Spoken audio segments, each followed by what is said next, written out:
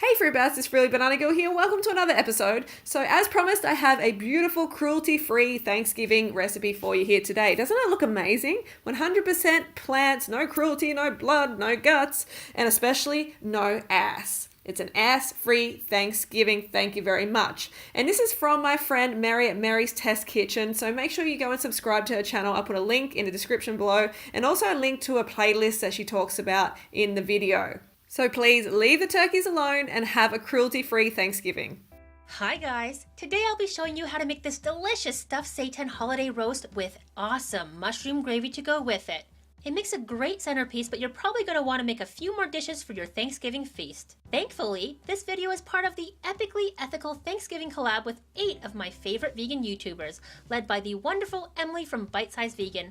Be sure to check out their recipes. I'll link them in the description box below and at the end of this video. So let's get started with our seitan. The dough is super easy to make. Just gather up your flavoring ingredients. I used garlic, ginger, miso, onion powder, poultry seasoning, which doesn't include poultry, just has herbs, and vinegar and a touch of sugar for balance. Check out the description box for all the amounts. Combine that with hot water in a blender and, well, blend it. Now empty that into a large mixing bowl and add your vital wheat gluten and your chickpea flour. Mix it around until it forms a dough, then go in with your hands and knead it for 1 minute, but no longer than that. Afterwards, you can leave it alone to rest while you grab your stuffing. What, you don't already have classic bread stuffing just ready and laying around? Check out this 3-minute video for the uber easy instructions.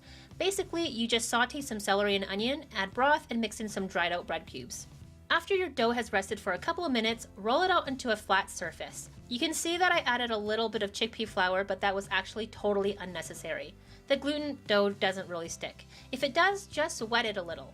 You want to gently smush it into a rectangle shape about a foot long on one side. Then add a cup of stuffing to the third closest to you, and don't add too much stuffing though. Now roll it up. Pinch the sides so they come together, but don't worry too much about it sticking together. It'll be fine once you cook it. Now this is the part where you can choose your own adventure. You can steam and bake it, or just straight bake it. To steam, wrap the loaf into a piece of wet cheesecloth. Use it to tighten up the roll a little bit and tuck the end of the cloth underneath the roll to secure. Now steam it on high for 1 hour. Don't forget to check the water level every so often to make sure your steamer doesn't run dry. Then when you have 15 minutes left on the clock, start preheating your oven at 375 degrees Fahrenheit or 190 degrees Celsius. Afterwards, the loaf will have puffed up a bit. Carefully remove it from the steamer and unwrap it. If the cheesecloth sticks, just wet it with some water and it should release. Leave it on a baking pan lined with parchment paper. Now we can add a glaze. Mix together some lemon juice, garlic, brown sugar, olive oil, and a little salt. Brush this all over your loaf and reserve the remaining liquid. Now we can bake it for 30 minutes. At the halfway mark, flip the seitan over and brush on the rest of the glaze and then put it back in to finish baking. And that's it. If you want a firmer loaf or just don't feel like doing the extra work, you can simply bake this. Take a large piece of foil and oil the middle part where the seitan will touch it. Then roll it up firmly and twist the ends like a Tootsie Roll. Then bake that in a preheated oven for 1 hour and 15 minutes at 375 degrees Fahrenheit or 190 degrees Celsius. For this method, you will have to give it a quarter turn every 15 minutes or so that it cooks evenly and so it doesn't burn. While your seitan is cooking, you can make your mushroom gravy.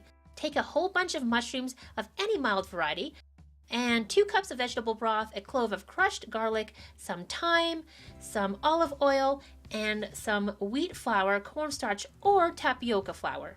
Slice or chop the mushrooms first. How big depends on your preference. Then heat a saucepan on medium to medium-high heat with oil. Then add the salt, garlic, and mushrooms when it's hot. Cook this for about 10 minutes while stirring regularly until the liquid has pretty much evaporated. Add the flour, cornstarch, or tapioca flour and stir that in while cooking for about a minute. Now add your stock and fresh thyme. Then turn the heat to medium-low and cook for about 15 minutes until the gravy gets thick.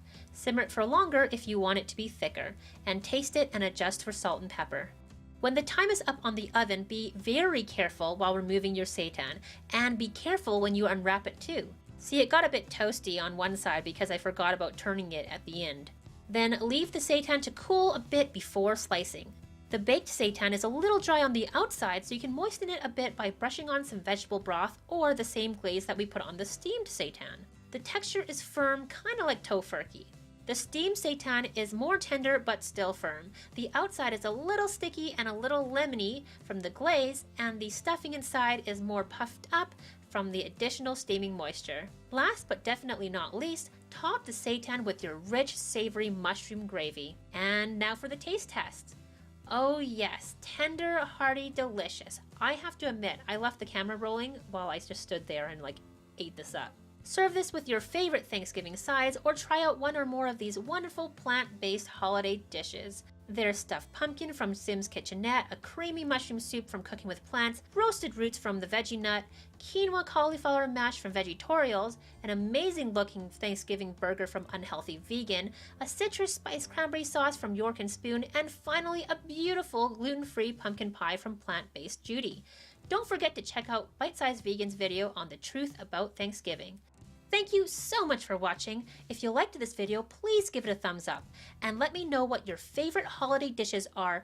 Let's get some ideas flowing so we can all impress our friends and family with plant-based, cruelty-free goodness this holiday season.